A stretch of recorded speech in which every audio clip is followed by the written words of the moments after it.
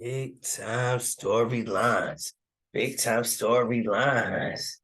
Big time storylines. Yo, welcome back. Welcome back. Rellism Sports Talk, episode 169. I'm out here dolo. We doing it. It's okay. I can do it dolo, even though I love it when the producer's here. But that's okay. But look, thank y'all for watching on YouTube, listening on Spotify. Check us out on our Facebook page at Rellism Pod on Twitter and Rellism Sports Talk on TikTok.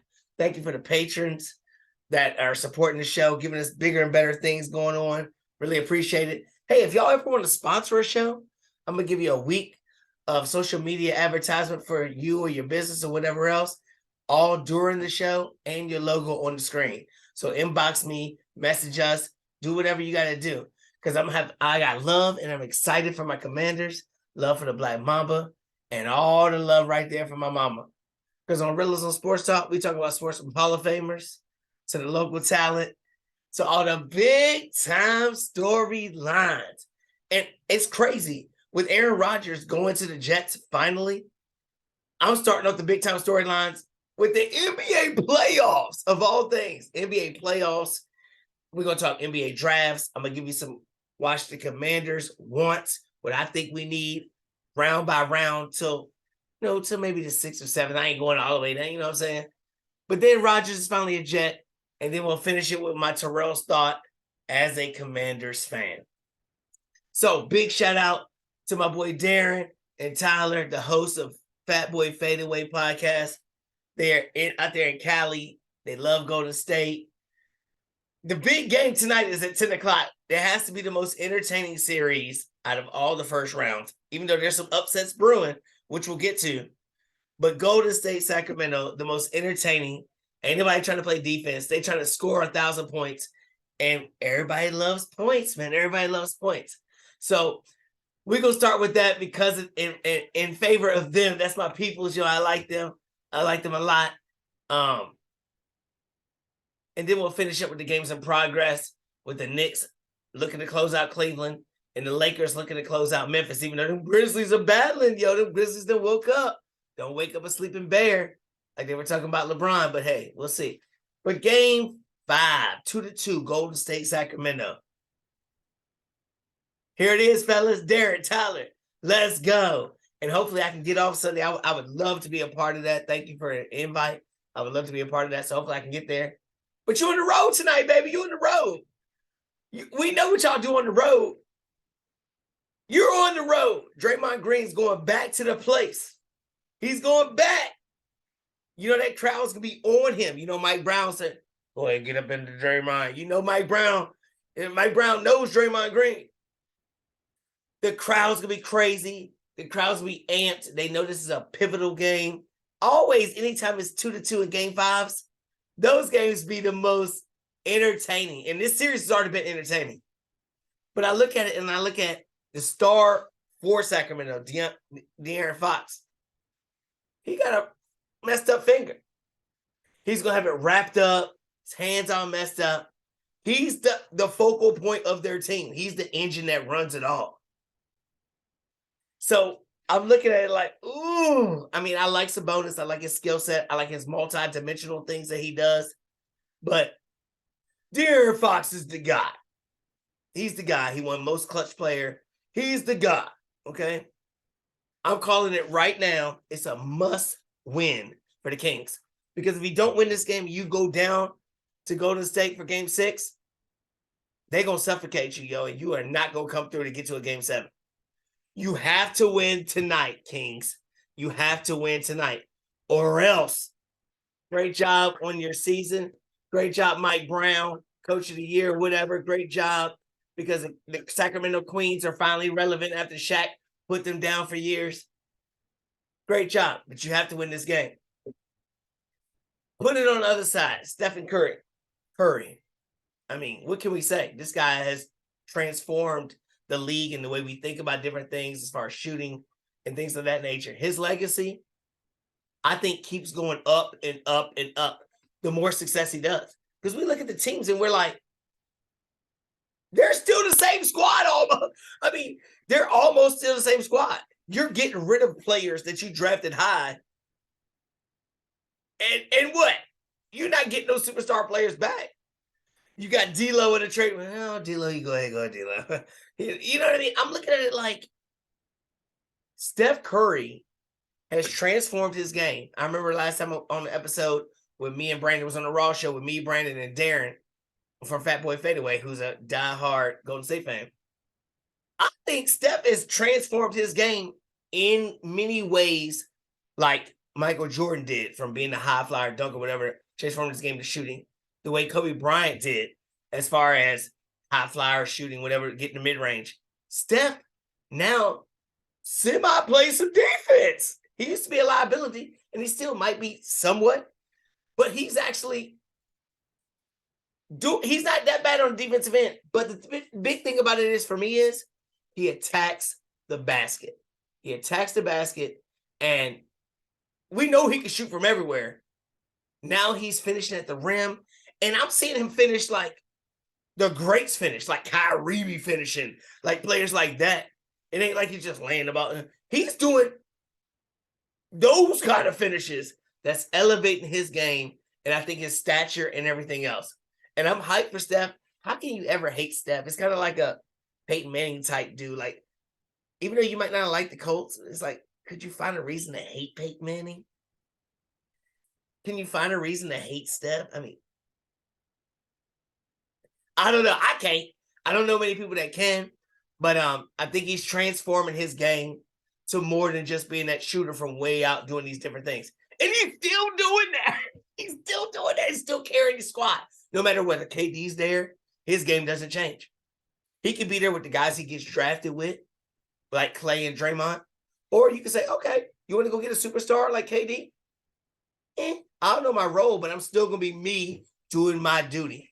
Steph is going to be one of the – he has elevated his stature in the league to a different place than what we thought. I thought he would ever be. Everybody can always say he's the best shooter ever. But the best shooter before him, we never put on that top echelon at all. I mean, think about it. Him, we're going to put in that top echelon because he's doing so much more. And he's doing so much more without doing like KD, LeBron, or all these other guys transforming organizations and building all these teams.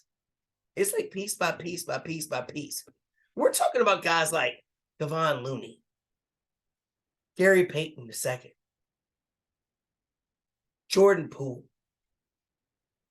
These guys were in the G League. These guys were in the G League. Don't get it twisted like they some high first-round picks. They were G League players. And I'm not saying Steph had everything to do with it. What I'm saying is his work ethic and the way he goes about his business, it rubs off, baby. It rubs off. It's simple as that. Steph, no matter what happens in these playoffs, I think his legacy has went up that much further. Now, I can't want him to win. I do not want him to win. I'm a Kobe Bryant guy. He's got 5 rings. He should have 7. But he's got 5.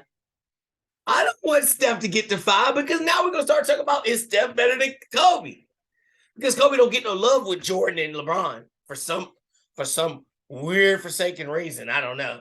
But I don't even want to have nobody else in those debates because I think Kobe's already overshadowed by LeBron's bald spot and his fake hair and his crab dribble and his flopping down crying. You know what I'm saying? I don't know what's going on. But Golden State, Fat Boy Fadeaway, I'm calling it right here. Darren and Tyler, y'all pulling it off tonight. Y'all gonna pull off the road woes. De'Aaron Fox, his fingers messed up. Y'all gonna pull it off tonight. Curry might put 40 out there, or he might just put his number up there. He's gonna at least get 30. He's gonna at least have 30. For you, Fat Boy Fadeaway, y'all gonna take a commanding 3-2 lead and go back home, finish the deal in 6. I think that's what's gonna happen. Give me 1 second. I gotta see the score of this. I gotta fix this. Give me 1 second, everybody. Sorry about this. I thought it was gonna be the dogs messing this up, but it ain't.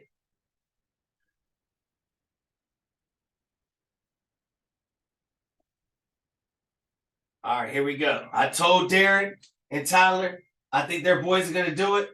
I think it's going to happen. Not because I like them, because I think that it's going to happen.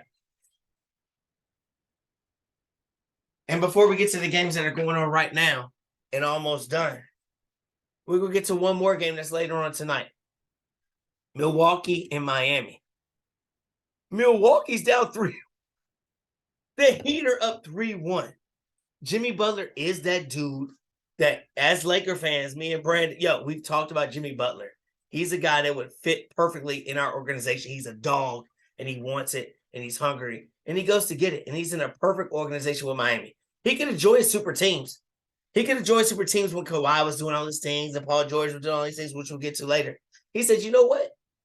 Let me go to Miami, and let me just build my own. He led them to a finals. It was in the bubble, whatever. But he led them there. And now he's up 3-1 on Giannis and a team that many thought was going to represent the East. So big ups to you, Jimmy Butler, big ups. But here's the thing, though. Can his health and stamina withstand that? I'm not so sure, because I think everybody knows that Milwaukee's a better team. They lost a game when Giannis didn't play, even though they won a game when Giannis didn't play. I think that everybody really knows that. But here's the biggest thing about the whole thing. Here's my biggest thing about the whole thing. Coaching.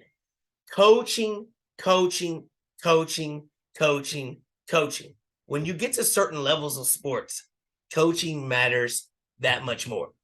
When you have an organization like Miami, when you look up top and you see Pat Riley with all the pedigree and the rings that Pat Riley can do, when he built up this super Bosch and the Heatles and all that, you know what I'm saying? That's me, you know what I'm saying? Because that's my organ. I get rings too. But anyway, you know what I'm saying? Coach Spoelstra has been doing more with less for a while now. And you've never heard him on the chopping block.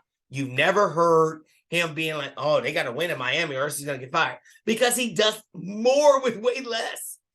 Now that the Heat is gone, was what I'm saying. We look at Milwaukee's coach. You ain't making no difference. You're not making no adjustments. You're letting Jimmy Butler score 22 points in the first quarter and never make any adjustments. What are you doing? What are you doing, dude? What are you doing? What are you doing? I've been on the record saying that he should be gone anyway. He should be gone. He should have been gone already. I just feel like he's not the guy to put them over the top. He's not that guy. They're blessed to have what they have and the chemistry they have. I feel like he's not the guy to put them over that edge. I just feel like that. You know what I'm saying? It's kind of like Harbaugh in football for the Ravens. He's okay. He's okay, but he's not real. He's not going to be enough. He's not going to be enough. So I look at the Bucks. I still have faith that the Bucks are going to win in 7. And yeah, I was scared to bet Brandon $50. I ain't going to lie. I'll say it on the air. But I still feel like they can win in 7. It's going to be about Giannis's health. If Giannis is healthy, he had a triple-double last game, and they blew that in the fourth quarter again. And I think that's coaching also. You're letting Jimmy Butler beat you. How are you letting Jimmy Butler beat you? They're down a couple players. You got half their team is undrafted. Their team is undrafted. And you're losing to them. You're losing to them. Come on. Yo, come on, guys. For real. You know what I'm saying? And honestly, I think Giannis, you need to go to your coach and be like, yo, let me guard Butler. Bet. I'm that dude. Let me guard Butler. Take ownership of the whole thing. I don't know if Jimmy Butler has enough stamina and health to deal with getting that one last win. I know he only needs one. But one is hard to get. When you're trying to close out a team, especially a championship team like the Bucks, it's hard to get it. Tonight, it's in Milwaukee. If Milwaukee loses this game, then I don't know what to say. Then the coach should be fired tomorrow. I feel like the Bucks will win, and Miami has to win Game 6, because if it goes Game 7, they have no shot. No shot at all. But I think Giannis's health matters the most. He got a triple-double. But Butler, I saw him with the ice pack on. I saw him with different things. I saw him banging. I saw him laying on the floor trying to get his breath, because he was giving you when somebody like Jimmy Butler's playing for your team and your organization, he's going to give you everything, and he's going to call out people that ain't. That's why Timberwolves said, you got to leave, because he was calling out the big fake cat, the pussy cat, and calling out all these fucking guys because they're not that people. They're not them. And then you got Rudy Gobert that you gave up all these picks for. Timberwolves, you're a disgrace of an organization for what you've done. I'm just saying. So the games that's going on right now, we see the Cavs. They're about to be eliminated. They're down 8 right now with 1:22 left. And the Lakers, who were down only 2, but now they're down 18. I don't know what happened. Both teams, the Lakers are up 3-1, so they're still there. But the Cavs, let's talk about the Cavs. Darius Garland had 21 points tonight. He finally did something, but he's 1 of 6 from threes. They have to show up in bigger moments than it. Their big guys got out-rebounded so much. Evan Mobley, I know you're young. I know you're whatever. But you got dominated by Robinson to the Knicks. I mean, it's crazy what's going on. It's crazy. So the Knicks, one of those teams that I said in the Raw episode, I said, could they be a version of those Piston teams that never had that big alpha number 1, but they had a whole bunch of dudes that could fill up the stat sheet? Because if you look at it, Julius Randle, even though I dog him a lot, he's a solid player, dude. He's an all-star player, definitely. And then you got the midget point guard that I dog all the time, but he's killing. He got his dad on the coaching side. He's doing big things. Luka wishes that he still had him back, Jalen Brunson. Luka still wants him back, and Luka might rejoin him. We'll see. And then, you know what I'm saying, they've got different kind of players on their team that know their roles. So the Knicks, about to close it out, go to the second round. And who are they going to play? The winner of Miami and Milwaukee. This could be setting up perfectly for the Knicks to get to the Eastern Conference Finals. And this is crazy to say that, but it could happen. It could happen just like that. Just like that, the Knicks. And I don't care. I'm not a Knicks fan or whatever, but the playoffs are better with the Knicks being relevant because New Yorkers forget about it. They think everything's better with New York. And the Nets never lived up to their bill. They were a disgrace to their organization, what they did with all them stars. But the Knicks, they get beat up all the time.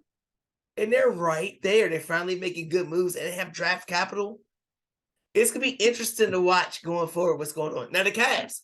Shaman, I know it's your squad. I don't really care about the Cavs because every time I think about the Cavs, I think about LeBron and I get nauseous. So, too bad for you. Darius Garland could have been a Laker. Too bad for you. Enjoy your summer on fishing somewhere else. But your future looks big for the East. The Eastern conferences, it's looking big time. Because don't forget about the Bulls that'll be back.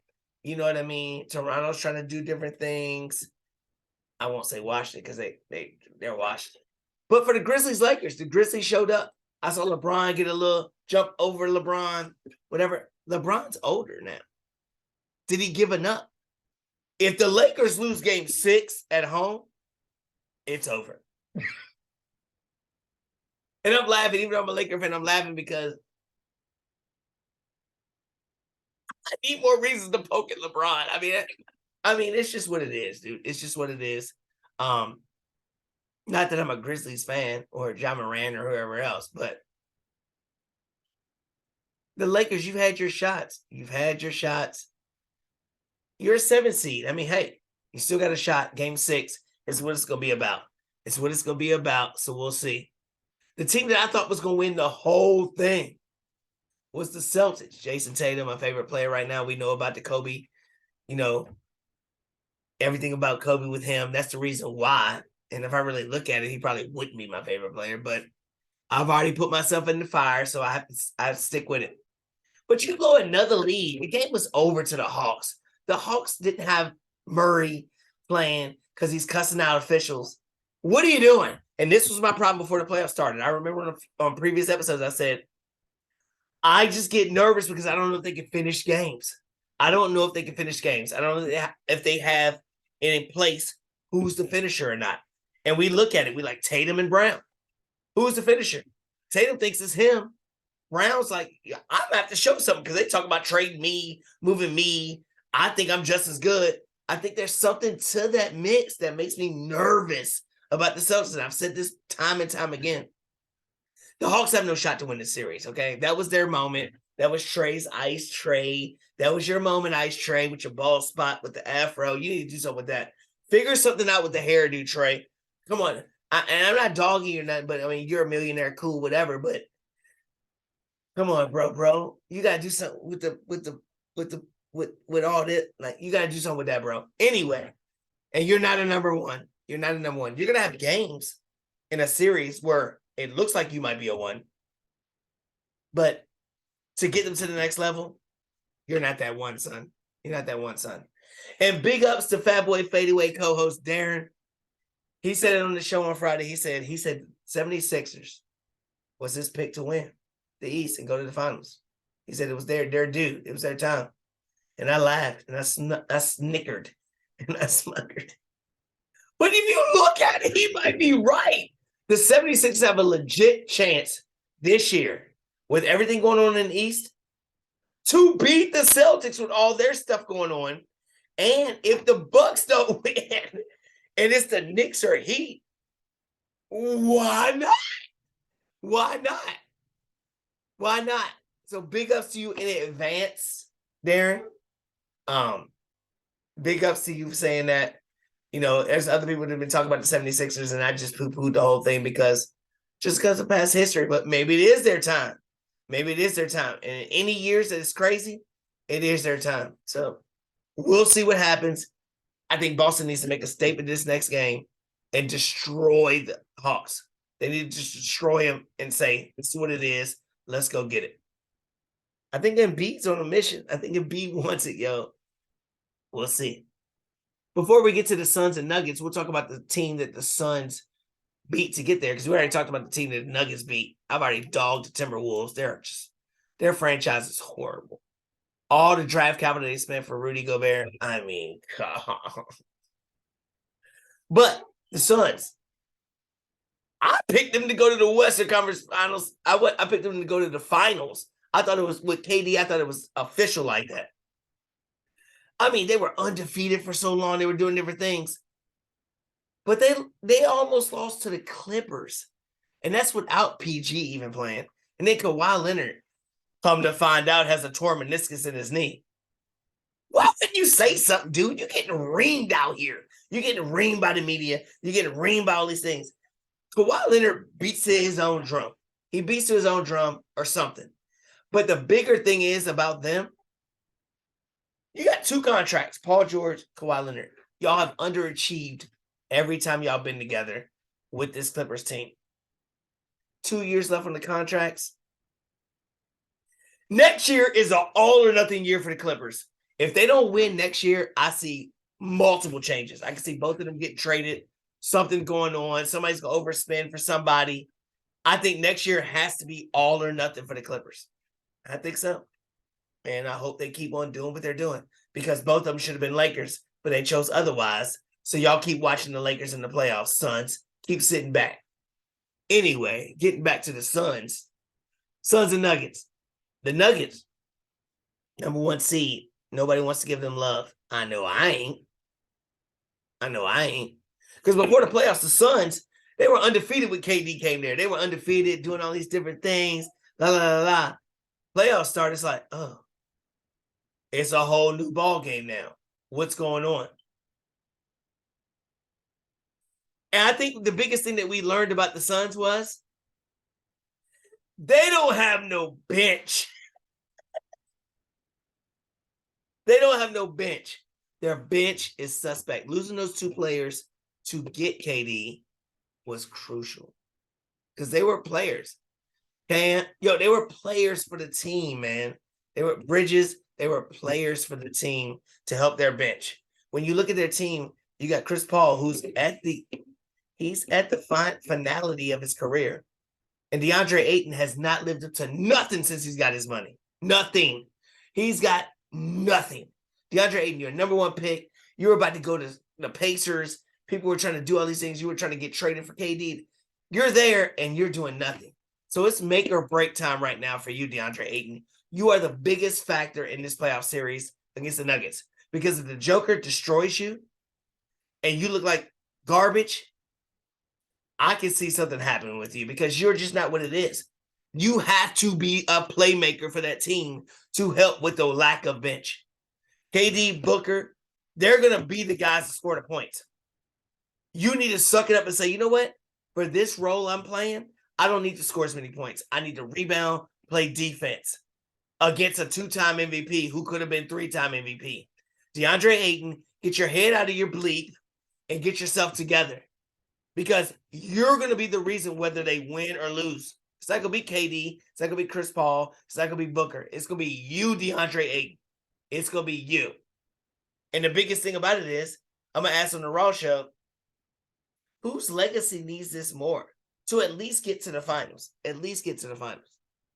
CP3 or the Joker? And the reason why I put those two in there and not KD or anybody else is CP3, we know about CP3. He's going to go down as one of the top 10 players, point guards, ever, probably. Ever. He needs a ring to justify it. The Joker, 2-time MVP, could have been 3, number 1 seed, doing all these things with Denver. If you never get to a conference finals, everything goes in vain. But my question is, CP3, does it matter the most to you to get to win that finals? Or I feel like we're still going to look at CP3 as a dude like that, as one of the top point guards ever, whether he gets a ring or not, because he made it to that finals a couple years ago. I think making it to that finals a couple years ago, beating the Clippers along the way, I think that put him in a spot where it doesn't matter if he doesn't win a ring or not. He's still going to be looked at as a top 10 point guard ever. Now, the Joker, on the other hand, being an international player, I look at international players differently because I'm looking at Pau Gasol, looking at Dirk Nowitzki. You know, you have a chance to become the greatest international player ever to play the game. But you got to win a ring, son. You got to win a ring, son. And if any year you can do it, it's this year. So that's going to be a debate we'll talk about on the Raw show. I want to see what it means more to CP3 or the Joker. But these playoffs in the NBA, I feel like, have been great because there's been no big threes. Each team has like 2. You know what I'm saying? You can look at it as 2s. I like that. I like the parity. I like all that involved in it. And I hope it continues like that because I'll watch it after Christmas, of course. But I'll watch the NBA during the regular season after Christmas. I'm not watching no play-in tournament. I'm not watching none of that stuff like that at all. But I can watch the NBA regular season if it's going to be like this. No super stacked teams, big 2s going up against big 2s, legacies on the line, older players, newer players coming in. I think it could be something else. They need to keep building forward. I think whoever the number 1 pick Victor goes to can be vital to the league. I'm just saying because Detroit's team that's young with Cade and all them boys down there, if they get him, or if he goes to the Spurs, we know what the Spurs do when they get international stars. And they're a franchise that can build on that. We'll see. I think it's going to be great. I think the offseason with the teams that don't win, it's going to be great offseason to see who does what, who leaves, who wants to go where, and things like that. I think the NBA is on a spot where they can continue to grow if they just do it the right way and don't let other teams build up all crazy stuff.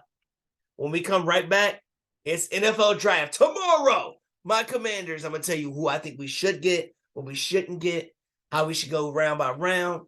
And we're going to talk about these quarterbacks going up and down, who should play what. Be right back. Rellism Sports Talk, episode 169.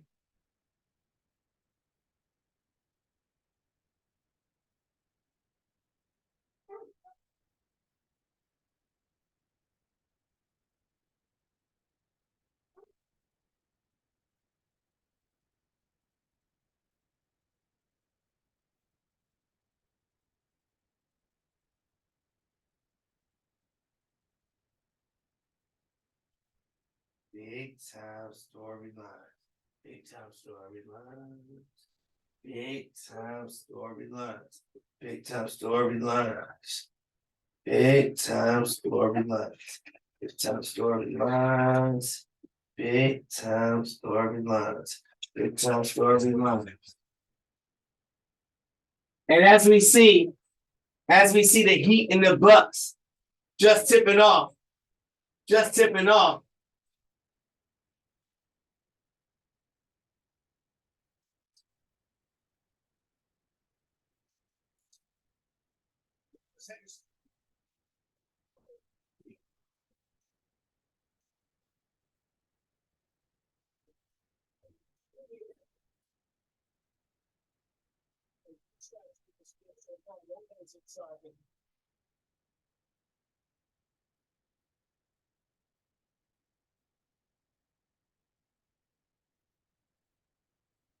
All right. We back. We're gonna get to the draft now. We're gonna get to the draft. Here we go, the draft. We've heard all kinds of crazy stuff going on. It was supposed to be CJ Stroud, was supposed to be the number one pick. He was clearly supposed to be the guy for Carolina. Then we heard, oh, he's not gonna be. It's my man from Alabama's gonna be.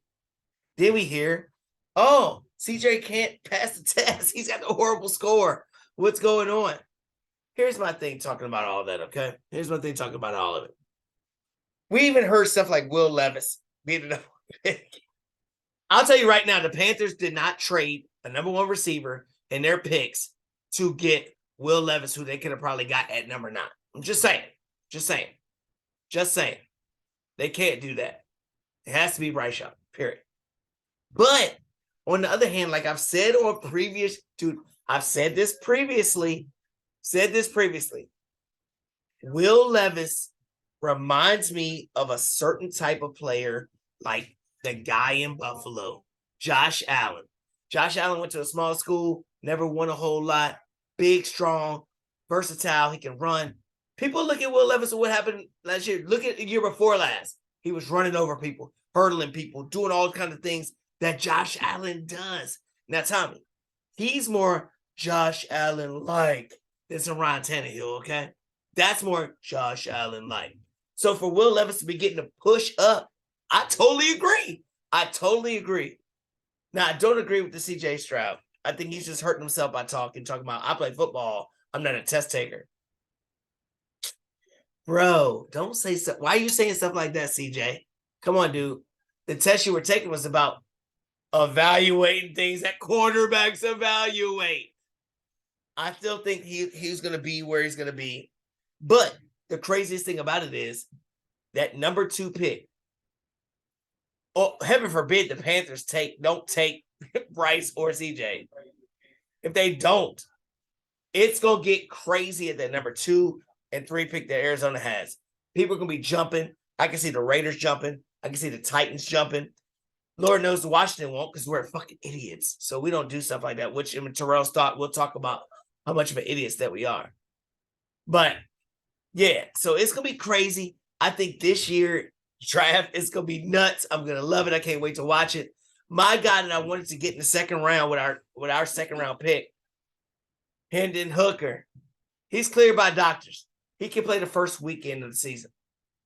That just pushes him up the draft boards even more. I don't know how that affects Anthony Richardson because I don't think either one of them could play this year. But if you're saying that he's going to be cleared the first weekend of the season, maybe by week 9, 10, 11, you might see him come in. Hooker might be on the loose, baby. So I'm nervous that we're not going to get anybody. They already say we're not going to get anybody, but I always have false hope that maybe my team could ever draft a quarterback, which we never do. But who knows? I think it's going to be a crazy draft. Crazy. But in the first round, I'm gonna talk about my team real quick about what I think the Commanders should do.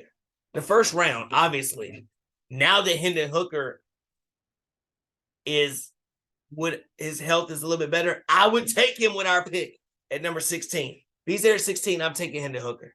Let him sit behind Jacoby Brissett. I don't think Sam Howell's the answer. I don't. But I know they're not going to take him. We're looking at all these offensive tackles, but we got tackles. We got linemen. We got linemen in free agency and everything. My man from Kansas City and stuff.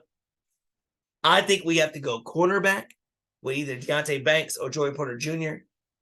But my pick maybe because I'm a homer with Notre Dame, is Michael Mayer, the tight end. I think he's versatile. I think he can do everything. I think he can do anything. And we know who our offensive coordinator is, Eric Bieniemy. We saw what he did with Travis Kelce, right? Travis Kelce. So go ahead and get him with a young quarterback. They can mesh together and do different things. That's what I'm hoping for. In the second round, I'm looking at, I wanted Hooker in the second round, but I know he's not going to be there. If we can't get Michael Mayer in the second round and we take a corner or something like that, I'm looking at Darrell Washington, the tight end from Georgia. He's a mismatch in the play, in the passing game. He's a good run blocker. In our scheme at Washington, that's what we do. If we didn't get a cornerback in the first round, L.A. Ringo, that cornerback from Georgia, yes, he give and take. He'll give up a big play, or he's going to make shutdown plays. I feel like he could be the best corner in the whole draft if he's schemed right. I just feel like he can be the best corner in the draft, Mr. Ringo from Georgia. But a big player to take if you want to be safe, get the left guard from TCU, Steve Avila. No sacks all year. He's young. He can make big plays. And we definitely need depth on the offensive line. That's why I think we're going to probably try to take one like Broderick Jones or Darnell Wright in the first round. But we'll see. We'll see. Round 3, if we don't take those offensive tackles, I'm taking Tyler Steen, senior from Alabama, 6'6", left tackle, right tackle. We can do either one. Either one. Or if we want to be sneaky and get another linebacker, because I'm not happy with our weak side linebackers. Dorian Williams, linebacker from Tulane. He can cover these tight ends. If you look at our division, the tight ends are relevant. You know what I'm saying? Waller's now with the Giants. You know what I'm saying? You got Goddard with the Eagles. And the Cowboys will have a tight end. You know what I'm saying? So I think he would be a sneaky fit because he can cover the tight ends. He has a big grade from Pro Football Focus. So we'll see. Round 4, if we can't get any of these tight ends, you see I want a tight end. Logan Thomas is not the answer. What about Luke Shoemaker, tight end from Michigan? Yeah, he don't have the numbers or whatever, but he don't drop the ball either. He don't drop the ball. Michigan ran the ball a lot with Harbaugh. But when he was out there to make a play, he did not drop the ball. I think he's a very talented person. I think he's a very talented tight end. So if we can't get one through the top 4 rounds, I like him if he slides that far. If not, we got to go with my man, Keandre Miller, the running back from TCU. You talk about home run, Chris Johnson, CK2K, elusive, speed, home run hitter. Kind of like Isaiah Pacheco, in my opinion, who played for Kansas City, who our offensive coordinator is now Eric Bieniemy. I like that in round 4. At pick 118, I feel like either one of them would be a steal if we can get them. If not, round 5, I know nobody wants to talk about it, but I think Dorian Thompson-Robinson, the UCLA quarterback, I think he's somebody to take a chance on that late in the draft because he's got skills. He's got talented attributes to do different things. I can see the Patriots going after somebody like him because he can do multifaceted things, but I would like to take a shot at him too in the 5th round if we can't get Hooker or somebody like that. But if not, small school, Marte Mapu, Sacramento State. He plays linebacker, but he played everything else. Like, this guy can cover the run. He's like a strong cornerback, safety. It reminds me of a Landon Collins type, Swiss Army knife that could do so many different things. You know what I mean? He's great against the run. He can cover those tight ends also. I think he's somebody to check out too from a small school or whatnot. When you get to the 6th or 7th round, Washington, we're looking for biggest upside. And I'm looking at Asim Richards, the tight end from UNC. He's 22 years old. That's it. Left tackle, depth, which we're going to need. We saw injuries all year last year at the offensive line spots. Or Thomas Ikun. He's the edge rusher. He's an edge rusher at 11 sacks, 26 hurries. You know what I'm saying? 71 tackles last year. He's athletic. He can stop the run. And the reason why I only bring him up, and the reason why I bring him up as a pick that we can get late, just goes back to my Terrell's thought. So remember that name I just said. You know what? I'm going to do my Terrell's thought before we get to Aaron Rodgers, because my Terrell's thought is, we're not picking up Chase Young's 5th-year option. Why? Why not? He's number 2 pick in the draft. when he's on the field, he's a difference maker. He changes the game, changes our defense, which is already good. So you're telling me with Sam Howell, who's basically a rookie quarterback, and a retread backup in Jacoby Brissett, that you don't want these difference makers on the other side of the ball to make it easier for these quarterbacks? And you don't want to pick up his fifth-year option? So go ahead and let another one go away, Washington. Let another one go to another team. Thank you. Great job drafting him number 2. Great job. And we don't have faith in him to come back and live up to the hype. Thank you, Washington. Thank you for what you do, Washington. Thank you for letting another one keep going and become a star elsewhere. Thank you so much, Washington. For a team that's going all in, though, a team that wants it all, the Jets. Aaron Rodgers finally is a Jet. And people are like, oh, they gave too much for Aaron Rodgers. They gave too much. I don't believe so at all. The Packers are looking at it like, okay, we just traded our first-round pick. We swapped it. So instead of having the 13th pick, we got the 15th pick. So what? We gave up a second-round pick next year. Cool. So we gave that up. We gave up a sixth, but we're getting we gave up a fifth, but we're getting a sixth back. That's a wash. And then the last one is in 2024, we're giving up a second-round pick that could turn into a first if he plays 65% of the snaps. I look at it this way. Who cares? Because if he's playing that many snaps, your team's going to be winning. And that draft pick in the first round is going to be way down the line. And when he can bring you right now, and you're in the Super Bowl talk right now, I think it was well worth it. I think it was well worth it. The Jets, great job, Jets. Great job. We'll see how it goes. If you can get more than 1 year out of him, it's a super great job. If he only plays 1 year and you don't win a ring, that's when we got to worry. But you are relevant now, Jets. You have no excuses now. Aaron Rodgers is used to having no excuses, and he's failed. So, Jets, be ready to cry. Because I think he's going to fail again because the AFC is loaded. I think it's the Bengals' year. I think the Bengals are going to the Super Bowl. I don't even know if the Jets go in the division because I think Miami's ready. I think they're ready. And the Bills, yeah, we don't know what's going to happen with them. But I got this sneaky feeling that DeAndre Hopkins is coming to the squad. He keeps on throwing out these little tweets. How much admiration and love that he has. I'm just saying, DeAndre Hopkins goes to the Bills. That division is spectacular. You're looking at the Bills, the Jets, and the Dolphins. And then you're looking at the AFC West with the Chargers, with the Broncos, and with the Chiefs. Whoa! Wow. And that's not even talking about the bloody AFC North with the Bengals, Steelers, Browns coming back with Deshaun, and then the Ravens. I mean, the AFC it's going to be big-time storylines. That's what it's going to be. Playoffs are going on. It looks like the Knicks. Congratulations to the Knicks. Grizzlies. We'll see y'all game 6. Giannis, you better do it, baby. Thank y'all for listening on Spotify, watching on YouTube. Miss you, producer. Miss everybody else. Raw should be fun. Episode 169, Rellism Sports Talk, NBA playoffs, draft tomorrow night. Can't wait to talk about it. Rodgers, finally, we don't have to worry about when it's going to happen. You're finally a Jet. Now let the excuses flow when you fail. Big time storylines, episode 169, Rellism Sports Talk.